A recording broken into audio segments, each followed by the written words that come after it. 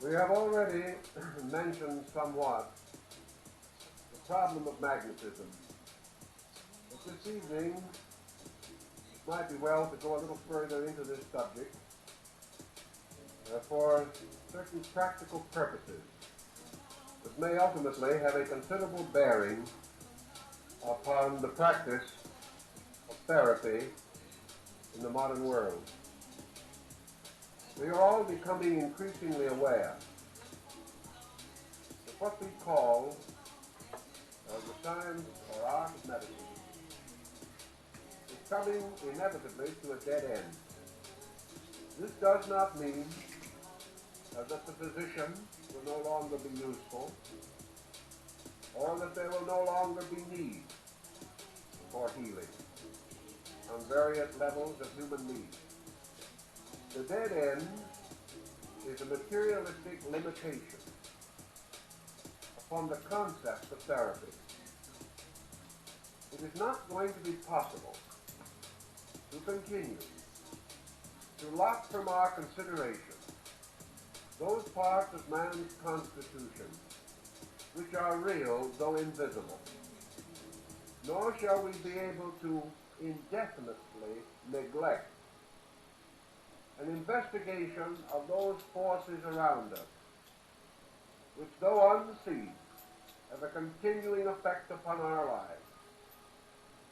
It is astonishing that our researchers in electricity have not done more for us in terms of open research into the field of electrical energy. We are still without an adequate definition of the word electricity itself. And we are certainly without an adequate understanding of the nature and substance of this energy.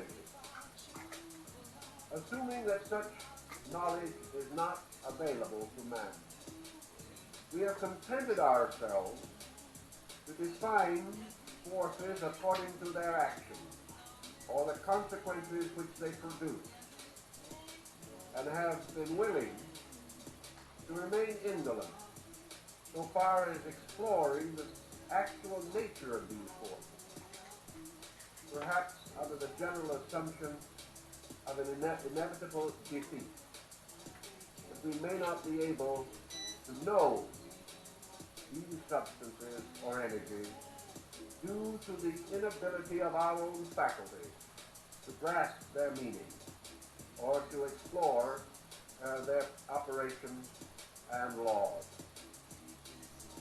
Yet from early times, men have intuitively sensed that which they were not always able to rationally describe or explain.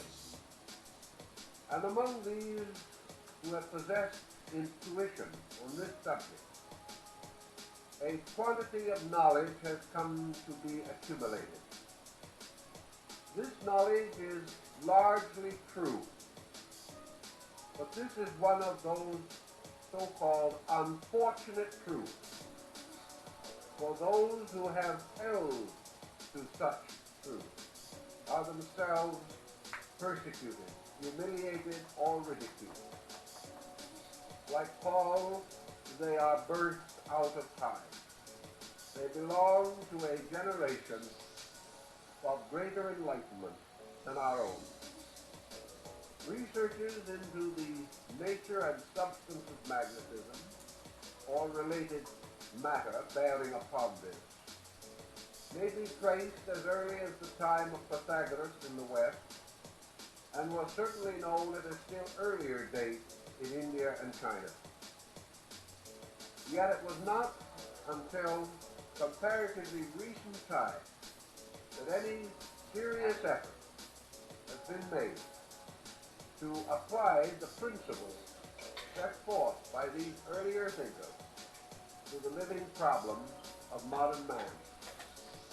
One of the pioneers of this unfortunate truth of magnetism was the celebrated Anton Mesmer. Mesmer had an unfortunate personality, and this can often complicate the attainments of even the most brilliant and sincere person. Being somewhat of a controversialist, belligerent, and quick to anger, he brought down upon himself a great deal of unnecessary trouble in an area where there was sufficient necessary trouble to have occupied his time. As a result of his own somewhat theatrical bearing and flair, he opened himself to considerable ridicule and persecution. Yet substantially his findings have been sustained, and more serious, pious, and demure persons have carried his work far beyond the degree which he had attained.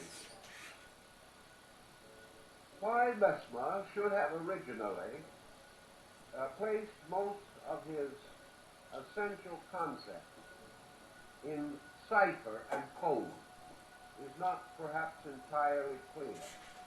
He may have had mercenary intention, for he was not above such consideration.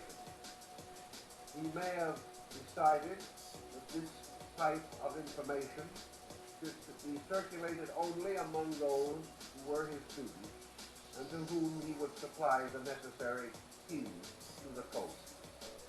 Fortunately, of course, the code has long since been deciphered, and we are in fair knowledge of his essential findings. Mesmer advanced his principal beliefs in what are called 27 propositions. These unfold more or less sequentially his findings, and to read them is to recognize his indebtedness to the earlier works of Paracelsus von Hohenheim. There is also a legend that the mysterious Count Saint-Germain assisted Mesmer in the formulation of his doctrine. In any event, his findings were based upon the earliest concepts of magnetism that have descended to us from primitive peoples and from the oldest recorded times. It is not necessary for our purpose to examine all of the 27 propositions. But for the sake of accuracy, I would like to read to you the first and second propositions, which I do think has a bearing upon our problem this evening. If I have any trouble in reading it, it's because I scratched it hastily and I'm not always able to decipher my own cryptogram. But I will do the best that I can. His first proposition is, there exists a mutual influence between the heavenly bodies, the earth, and living bodies. That is what he calls his first proposition. The second is the extension of this to the field with which we are concerned. A fluid, universally diffused and continued, so as to admit no vacuum, whose subtlety is beyond all comparison, and which, from its nature, is capable of receiving, propagating, and communicating all of the impressions of motion, is the medium of this influence. Now, these are his two basic propositions or hypotheses. He follows, as we have said, the concept of Paracelsus and the Arabs, that what we call the atmosphere, or the intervals between planets and suns on luminaries, that this entire area is filled with a mysterious fluidic substance. This perhaps is the famous ocean of Thales, upon which he believed the earth floated. And according to him, earthquakes were caused by someone rocking the boat. Now this might again be closer to the truth than we know if we consider this field of magnetic energy motion. It is already suspected that seismic upheavals may be due to electric or magnetic causes.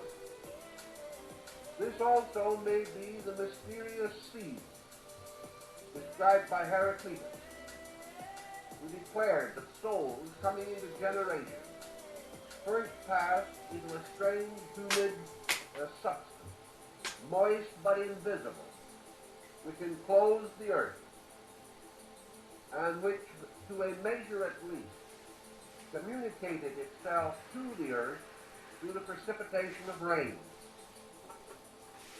This humidity, carried by water, was, however, separate from and superior to the fluid in which it was carried.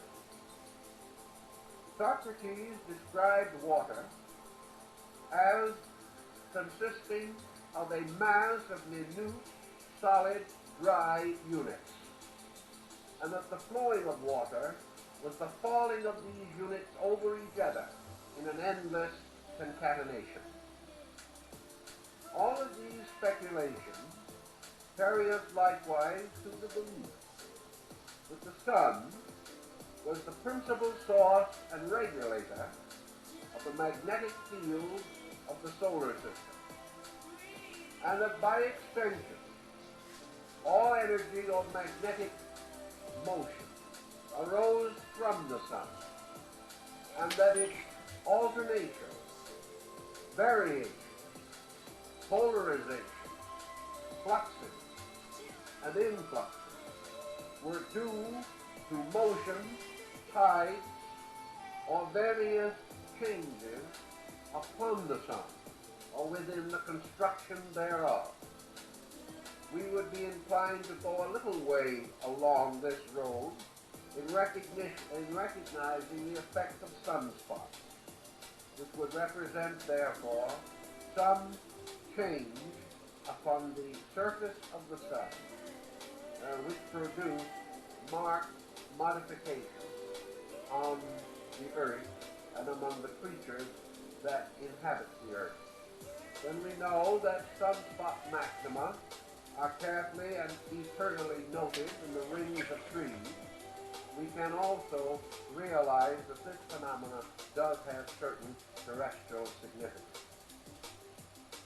Mesmer then went with Paracelsus to the theory that as all forms in nature exist within this humidic magnetic field, that all these forms likewise have a magnetism of their own, have their own magnetic fields, which are subservient to that of the earth and the sun, and also are subject to a certain modifying negative influence from that solar light which is reflected from the surface of the moon, which forms a different kind of magnetic energy.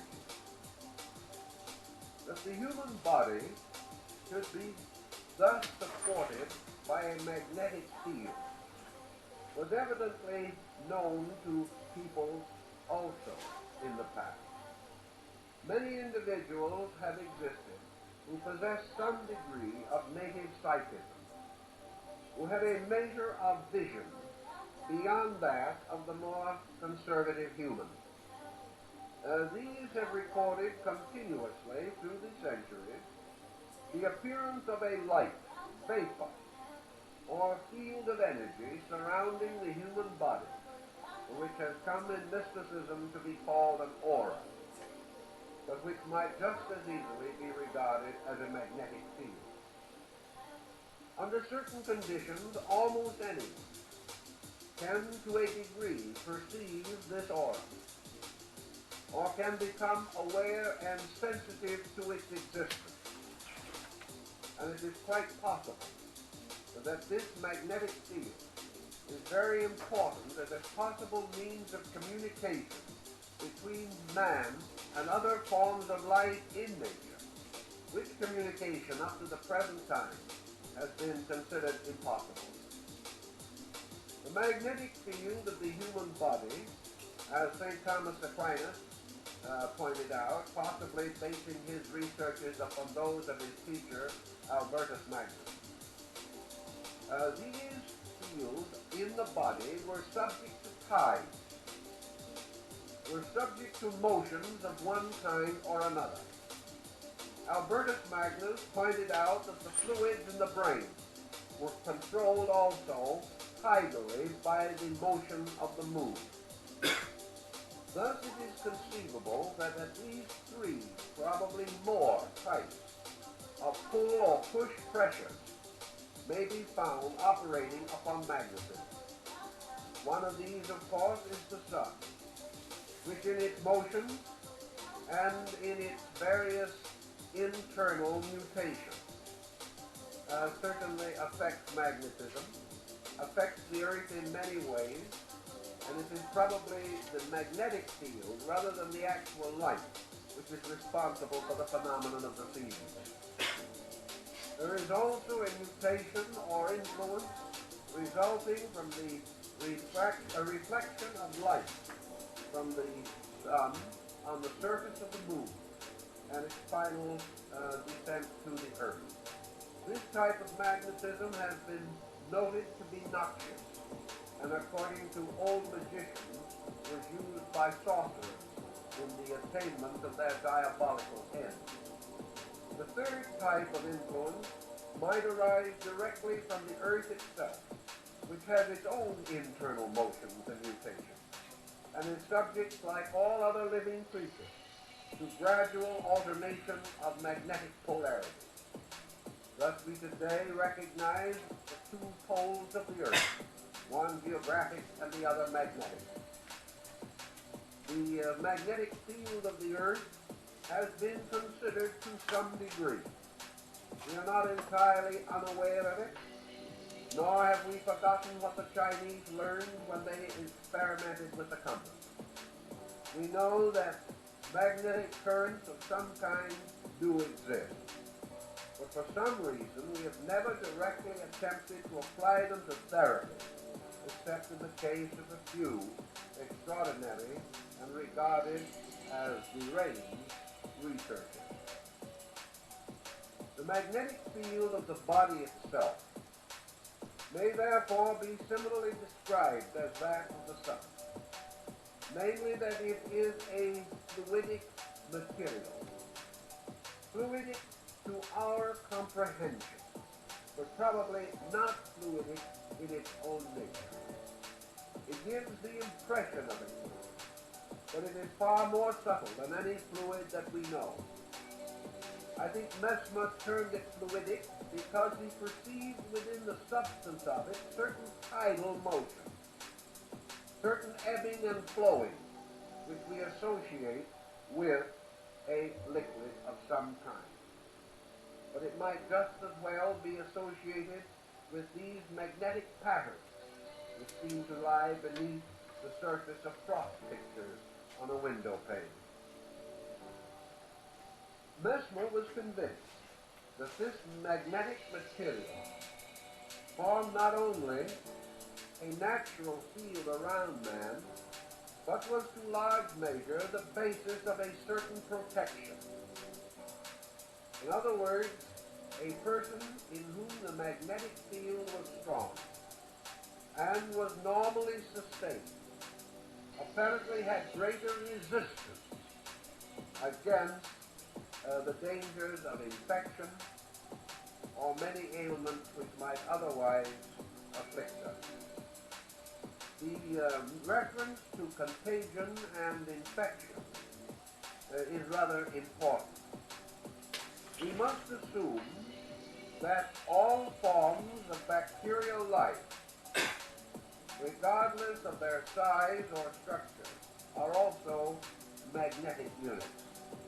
This does not mean they have no other existence, but it does mean that anything that exists does possess magnetism as a means not only of its existence, but of its animation. Thus also, infection may be said to have a magnetic existence, and the corruption of flesh is a magnetic process, just as surely as we might regard it as the result of poisoning, blood poisoning, or something of that nature. If, therefore, a person's magnetic field be strong, it is quite conceivable that it would repel the magnetic fields of bacterial organisms, causing some degree of immunity, if not complete immunity. And there are numerous records which cannot be explained of persons immune to ailments, who may even be carriers of those ailments, but will not be affected by them. There are also many interesting evidences and records, such as that referred to by Sir Kenelm Digby, one of the great physicians of the first Elizabethan period, in connection with wounds and the development of his remedy, the weapon saw, by means of which he was able to assist the healing of a wound by bestowing certain magnetic substances upon the weapon causing the wound. Such may seem to be highly exaggerated reports. Some of them probably are exaggerated.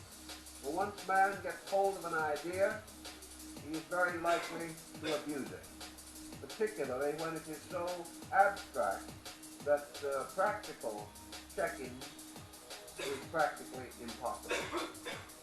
In any event, however, the possibility of the magnetic field of the human body serving as a protection against evil is possible and quite probable. Also, that this magnetic field is further divided within itself, so that miniature fields surround all the principal vital organs and parts of the body, and that this magnetism moves in the marrow of the bone, and that it also flows through the nervous system. These points are worth noting. Mesmer himself directly associated magnetism with the nervous system, declaring that it definitely circulated through the body by means of the nerves, and that they contain within themselves this mysterious semi-fluid substance, invisible and entirely absent in the dead, but available in the living and controllable by those who knew how to operate the magnetic laws. Mesmer went still further in affirming that the principal source of derangements within the body might be claimed to have magnetic origin. He, of course, gives us some further moral suggestions, and others have also supplemented this, and we will come to that in a moment. We are dealing now merely with the mechanical aspect of the subject.